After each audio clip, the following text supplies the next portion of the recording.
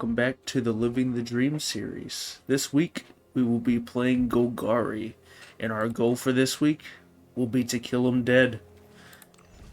With Golgari, I really like the removal, sacrifice, and the ramp packages that is offered in the Explorer formats.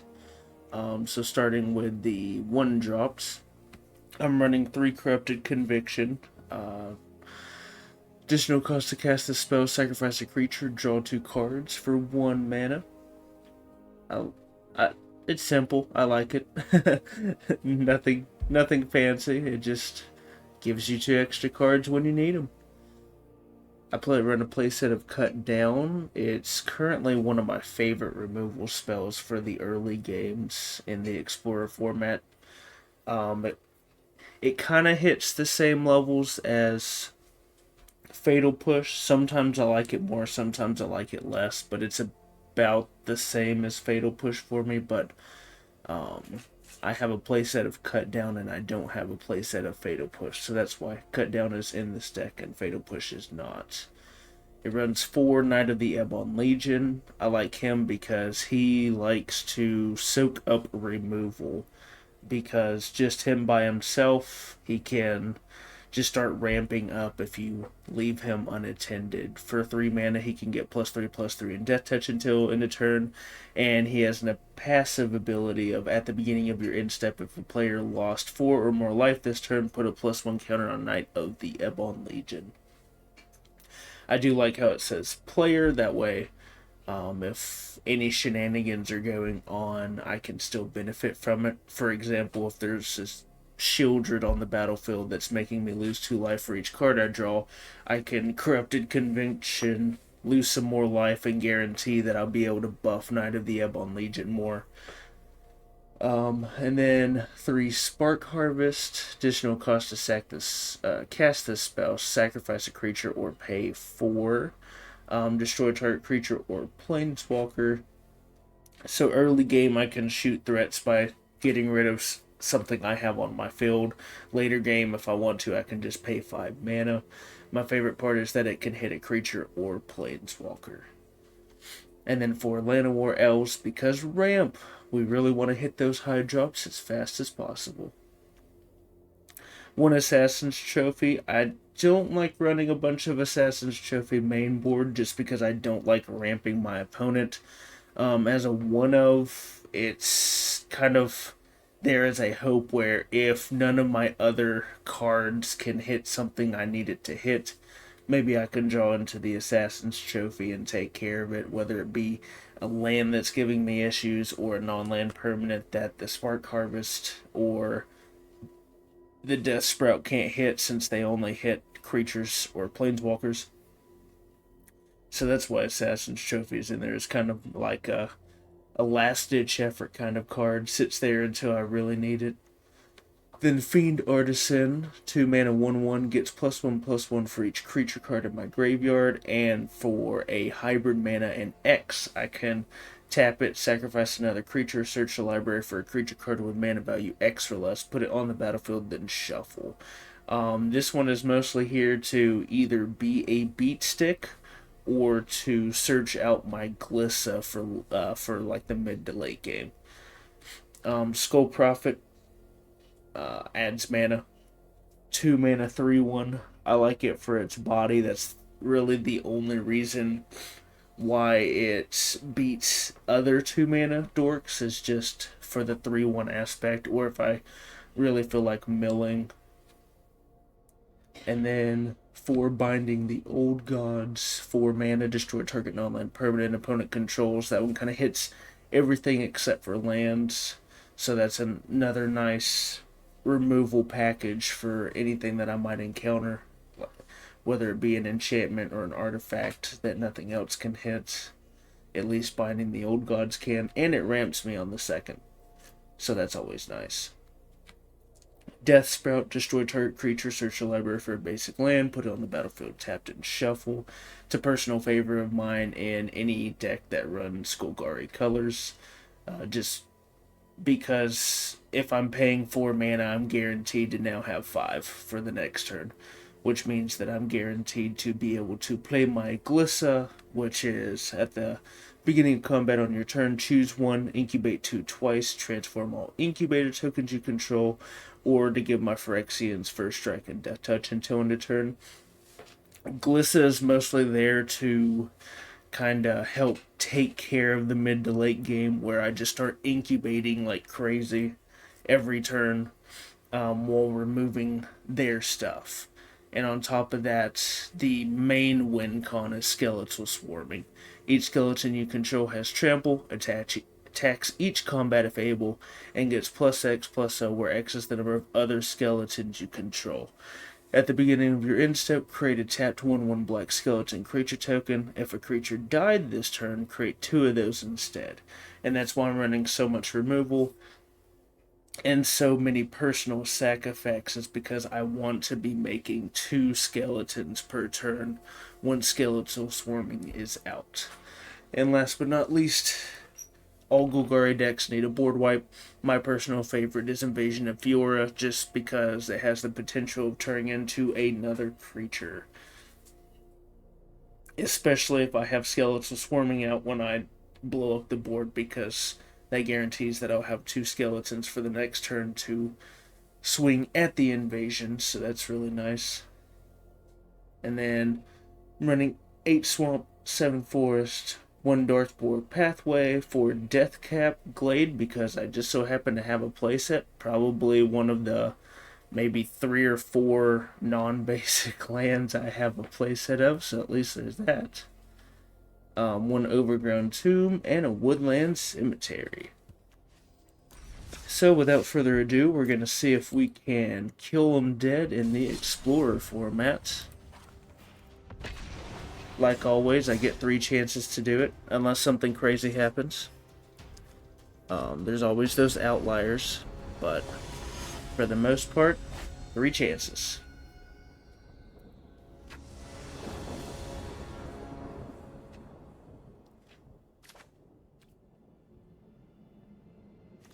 Wow, that's actually pretty decent.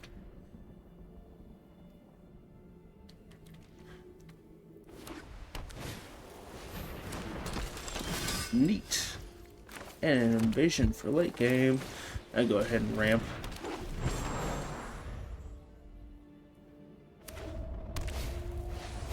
Ooh, neat. I will not block. Ooh, I really don't want that Assassin's Trophy right now. I'm going to go ahead and kill that Inspiring Veteran though. Might as well get in for 1.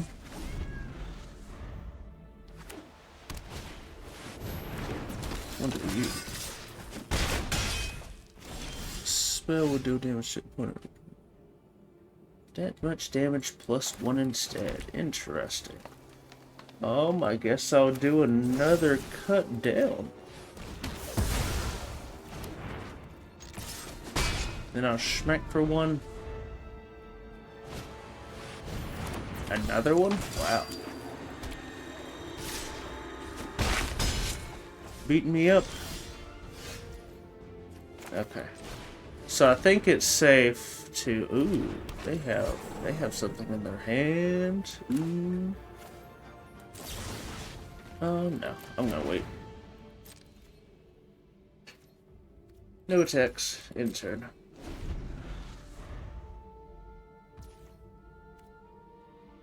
I'm gonna go ahead and shoot that one. See what they have.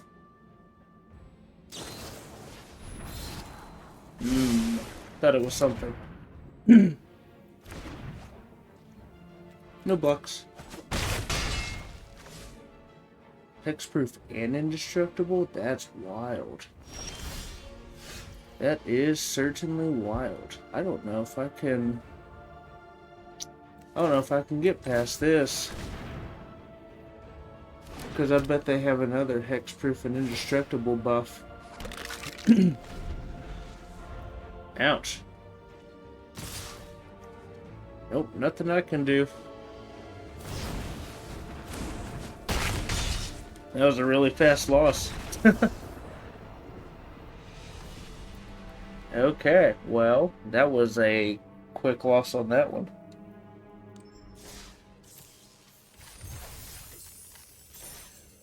Let's see if try number 2 will be any better.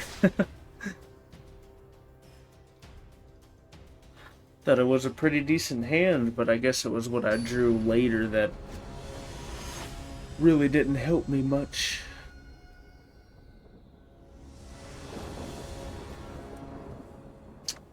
And that won't help me much either. Ooh, that's not much better. Hmm.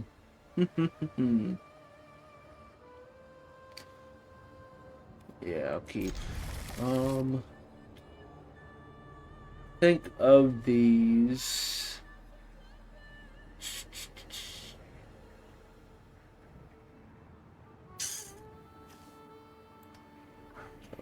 This on the bottom. Yeah, we'll do Glissa. I have the Fiend Artisan. Ooh, that'll work. Do a full wrist with a. Oh, that's pretty cool. Like the little dragon.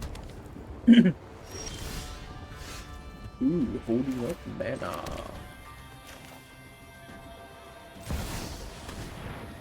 Let's see what they got. Nothing, huh? Interesting. Oh, they're surveilling.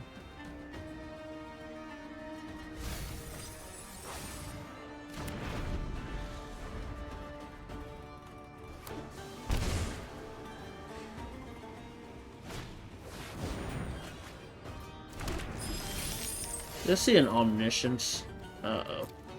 That's not good. That's never good. Alright. They're making me get my mana the hard way. At least I'll be able to bind in the old gods and Omniscience if they don't have a counterspell. Oh my god, what you know?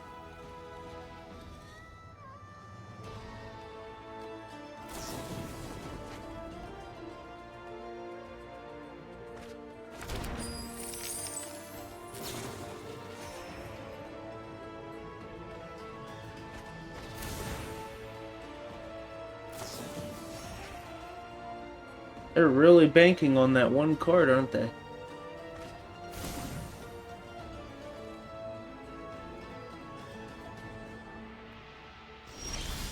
Interesting. Gonna attempt a binding.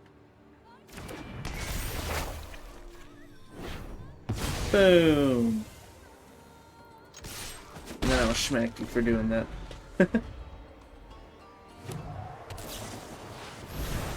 Yep. Slowed him down a little bit at least.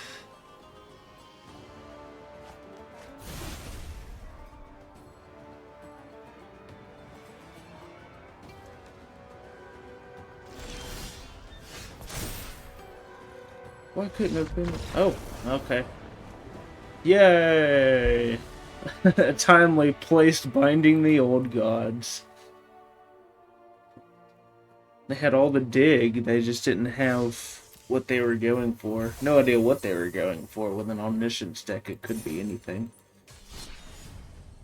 And with it being Explorers, probably something Eldrazi related, I would imagine. Unless they are running one of those infinite combos. Because there's a few of them in the Explorer format. But I'm not sure. It's always like, wow, they are really trying to give me green this time around. And only green. Yeah, I can make that work. I'll keep these. And I think I'm going to dump the Conviction for now. I'd rather keep... And since I don't have a 1-drop, I'm going to go ahead and play the Blade. It just makes sense to play the Blade. Oh, a Swift Spear. And no 1 mana remove. Oh my god, the top deck hero, baby. Maybe they'll buy me sometime.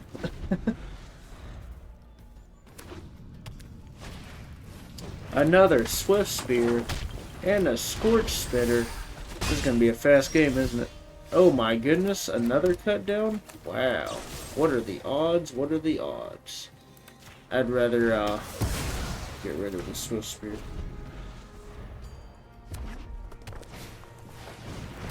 Ooh.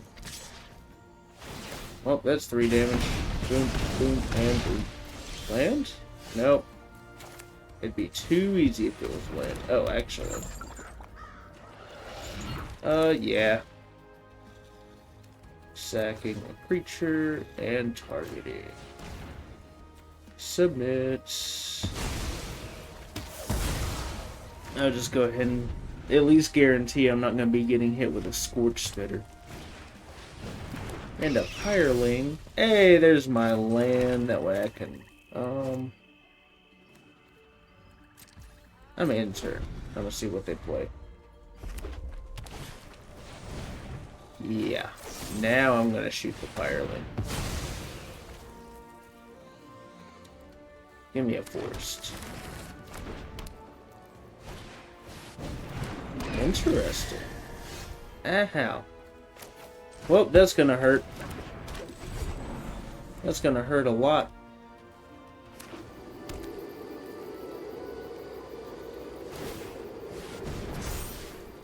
Ooh, yeah, they're about to deal a lot of damage to me. Ow, yep. Yep. Ouch. No, I think I'll just take this beating.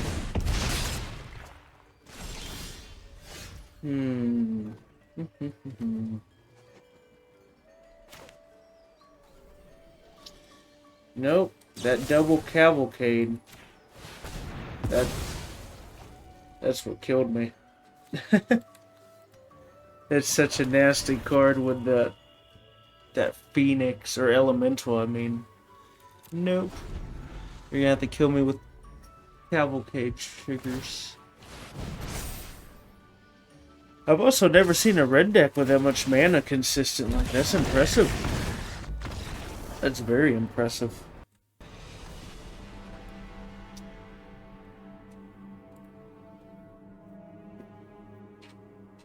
What fast games. We'll do one more for good luck. What was that I was saying about outliers early on? If fast games are one of those. Because holy crap, the first and third game I just die so fast.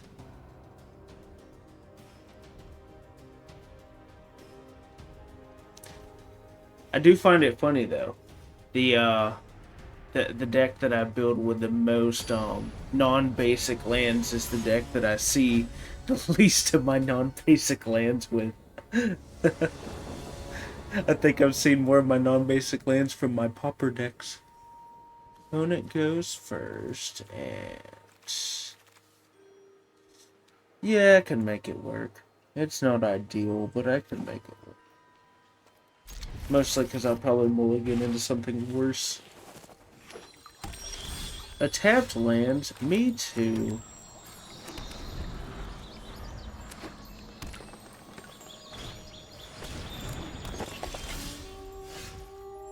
Okay, interesting. Very interesting. We'll do a Swampy, and I will play a Knight. In turn.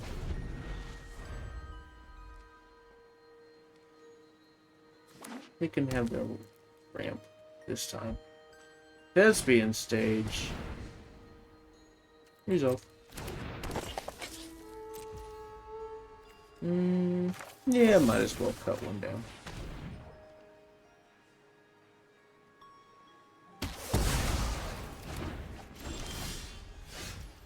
Neat.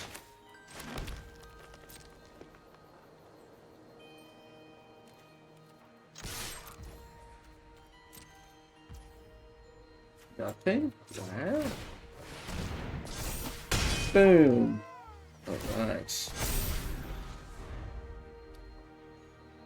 So is this going to be one of those Green Devotion decks? Is that why they have Thespian stage? I am so confused.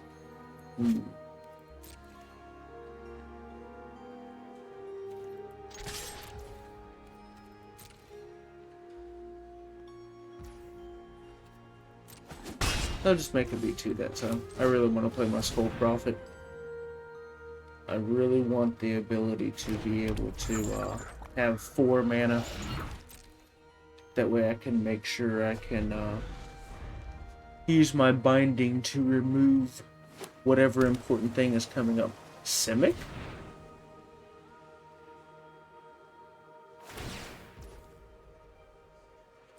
Yep.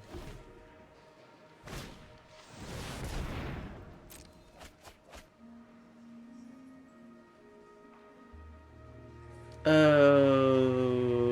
I think I know what this is.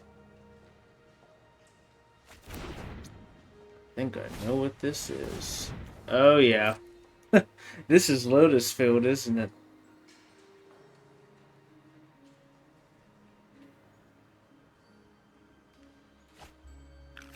Oh, yep. Yep. My turn. Alright. Things have changed. Time to get in for as much damage as possible.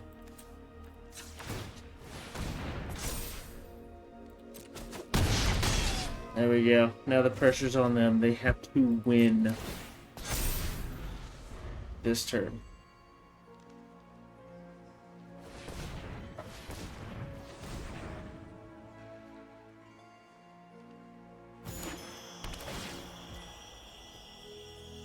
Yep, that tracks. Because they can untap it at least.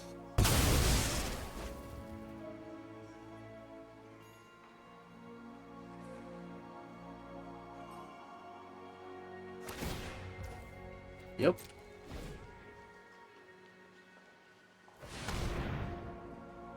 Alright.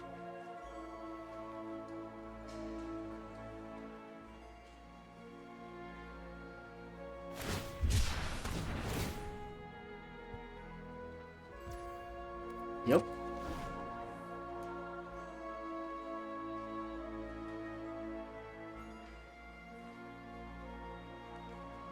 Now the question is, can you get there this turn?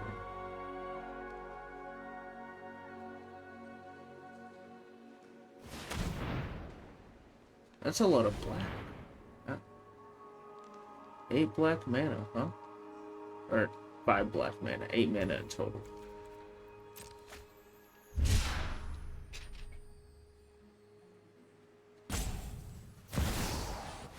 Cityscape Leveler.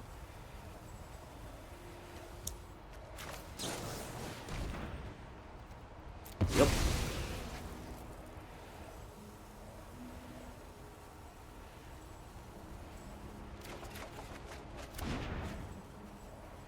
Oh my god. That'll help. So I can at least shoot the Thespian stage. I can do that. Or do I want to just...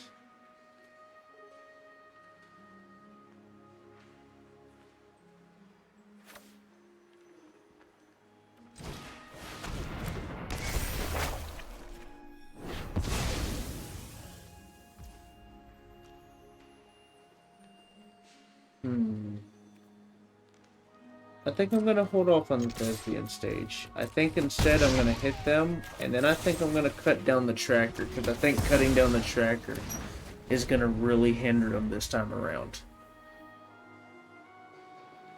Because now it's entirely based on what's in their hand. Triple blue. Okay. So they got another Vizier.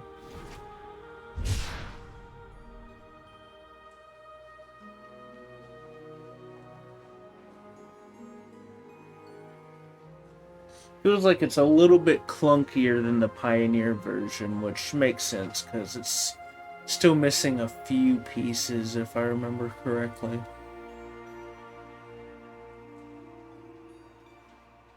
I think that's why the Cityscape Leveler is in there, to take care of things on the higher end instead of some of the stuff it normally runs. Go over the pages.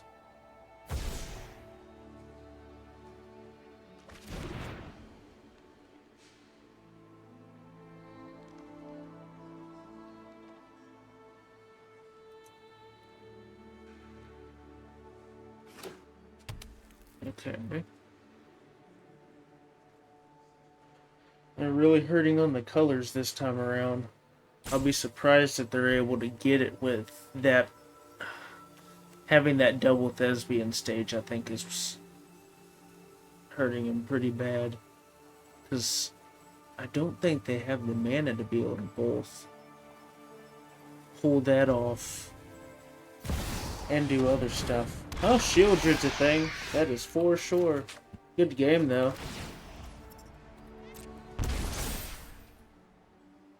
A forest card.